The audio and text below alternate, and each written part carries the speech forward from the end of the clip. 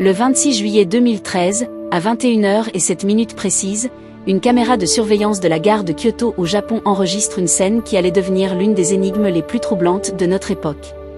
Un homme, d'apparence ordinaire, vêtu simplement, s'engage dans un passage souterrain. Il marche d'un pas normal, sans se presser, se fondant dans le flot incessant des voyageurs. Rien ne le distingue. Il n'a pas l'air pressé, ni anxieux. Juste un homme qui rentre chez lui après une longue journée, peut-être. La caméra le filme jusqu'à ce qu'il disparaisse dans l'obscurité du tunnel. Et puis, plus rien. C'est la dernière fois que quelqu'un l'a vu. L'affaire peut sembler simple au premier abord. Un homme entre dans un tunnel, il doit bien en ressortir de l'autre côté. Sauf que ce passage souterrain n'a qu'une seule autre issue, elle aussi équipée d'une caméra de surveillance. Les enquêteurs ont visionné des heures et des heures d'enregistrement. Ils ont analysé chaque image, chaque seconde, chaque pixel. Le résultat est formel et déroutant, l'homme n'est jamais ressorti du tunnel. Aucune trace de lui sur les bandes de la caméra de sortie.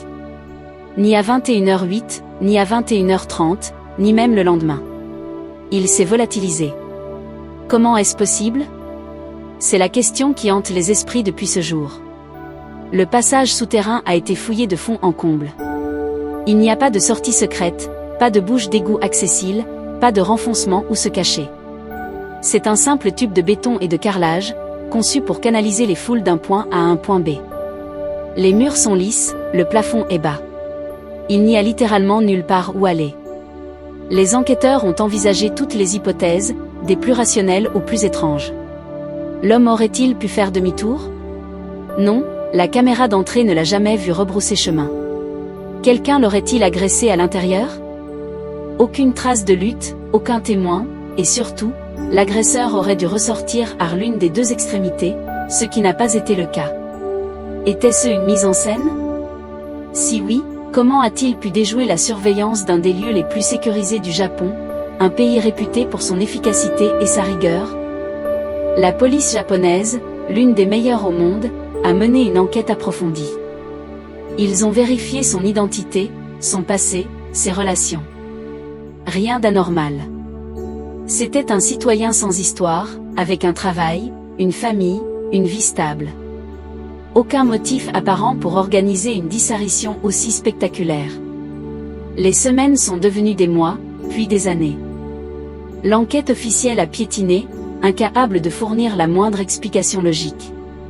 Face à l'absence totale de nouvelles pistes et de preuves matérielles, le dossier a finalement été classé. Classé sans résolution. Un mystère insoluble au cœur d'une métropole hypermoderne. L'homme de la gare de Kyoto est devenu une sorte de légende urbaine, un fantôme numérique piégé entre deux enregistrements vidéo. Cette histoire nous plonge dans une profonde perplexité. Elle remet en question notre perception de la réalité, de la sécurité, de la visibilité.